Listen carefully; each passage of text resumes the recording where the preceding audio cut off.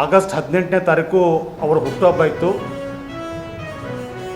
ನಮ್ಮ ಭಾಗದ ಪೂಜ್ಯರಾಗಿರ್ತಕ್ಕಂಥ ಡಾಕ್ಟರ್ ಶರಣಬಸಪ್ಪ ಅಪ್ಪ ಅವರ ನಿಧನದ ಪ್ರಯುಕ್ತ ಆ ಹುಟ್ಟುಹಬ್ಬದ ಅಭಿನಂದನಾ ಸಮಾರಂಭವನ್ನು ರದ್ದುಪಡಿಸಿದ್ದೇವೆ.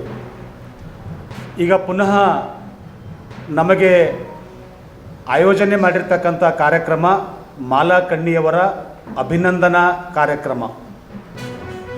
ತಮ್ಮೆಲ್ಲರಿಗೂ ಪರಿಚಯ ಇರುವ ಹಾಗೆ ಅಭಿನಂದನಾ ಕಾರ್ಯಕ್ರಮ ಒಂದು ರೀತಿಯಿಂದ ವಿನೂತನವಾಗಿ ನಾವು ಆಚರಣೆ ಮಾಡ್ತಾ ಇದ್ದೇವೆ.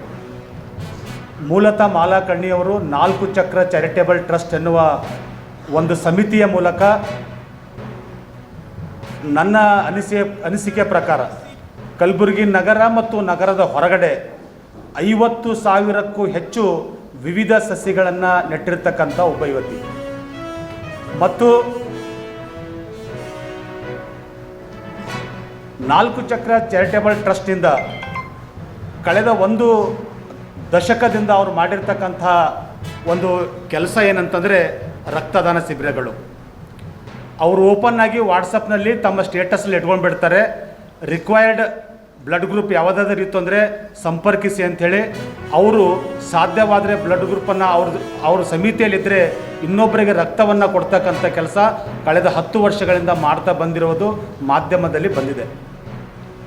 ಇದ್ರ ಜೊತೆಗೆ ಆಗಸ್ಟ್ 31ರಂದು ಕಲಬುರಗಿ ನಗರದ ಚೇಂಬರ್ ಆಫ್ ಕಾಮರ್ಸ್ನಲ್ಲಿ ಆಗ್ರಹ ಮಾಡ್ತಾ ಇದ್ದೀವಿ.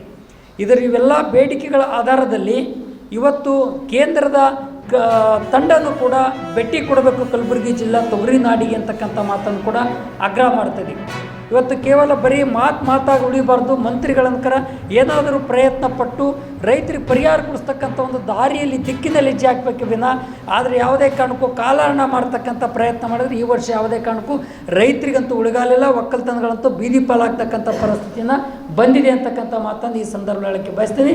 ಈ ಬೇಡಿಕೆಗಳನ್ನು ಆಧರಿಸಿ ಈ ಗಂಡೋರಿ ನಾಲಾ ಮತ್ತು ಅಣೆಕಟ್ಟು ಮತ್ತು ಬೆಣ್ಣೆತೊರೆ ಅಣೆಕಟ್ಟು, ಭೀಮಾ ನದಿ, ಮುಲ್ಲಾಮರಿ ಎಡದಂಡೆ ಮುಲ್ಲಾಮರಿ ನೀರಾವರಿ ಮತ್ತು ಚಂದ್ರಂಪಳ್ಳಿ ಡ್ಯಾಮ್, ಇವೆಲ್ಲ ಡ್ಯಾಮ್ಗಳಿಂದ ನೀರು ಬಂದಿರತಕ್ಕಂಥ ಅದು ಬೇರೆನೂ ಕೂಡ ಇವತ್ತು ಬೆಳೆಗಳನ್ನು ಹಾನಿಯಾಗ್ತಕ್ಕಂಥ ಪರಿಸ್ಥಿತಿನ ನಿರ್ಮಾಣ ಆಗಿದೆ. ಅದೊಂದು ಸಪ್ರೇಟಾಗಿ ಸರ್ವೆನ ಬೆಳೆ ಸಮೀಕ್ಷೆನ ಮಾಡಬೇಕು ಅಂತಕ್ಕಂಥ ಮಾತನ್ನು ಇವತ್ತು ನಾವು ಸರ್ಕಾರಕ್ಕೆ ಆಗ್ರಹಿಸಿ ಇದೇ ಸೆಪ್ಟೆಂಬರ್ 1ನೇ ತಾರೀಕು ದಿನ ಜಿಲ್ಲಾಧಿಕಾರಿಗಳ ಕಚೇರಿ ಎದುರುಗಡೆ ನಿರಂತರವಾಗಿ ಅನಿರ್ದಿಷ್ಟಾವಧಿ ಧರಣಿ ಸತ್ಯಾಗ್ರಹನ ನಡೆಸೋಕ್ಕೆ ಕರ್ನಾಟಕ ಪ್ರಾಂತ ರೈತ ಸಂಘ ತೀರ್ಮಾನ ಮಾಡಿದೆ ಅಂತಕ್ಕಂಥ ಮಾತನ್ನು ಹೇಳೋಕ್ಕೆ ಬಯಸ್ತೀವಿ.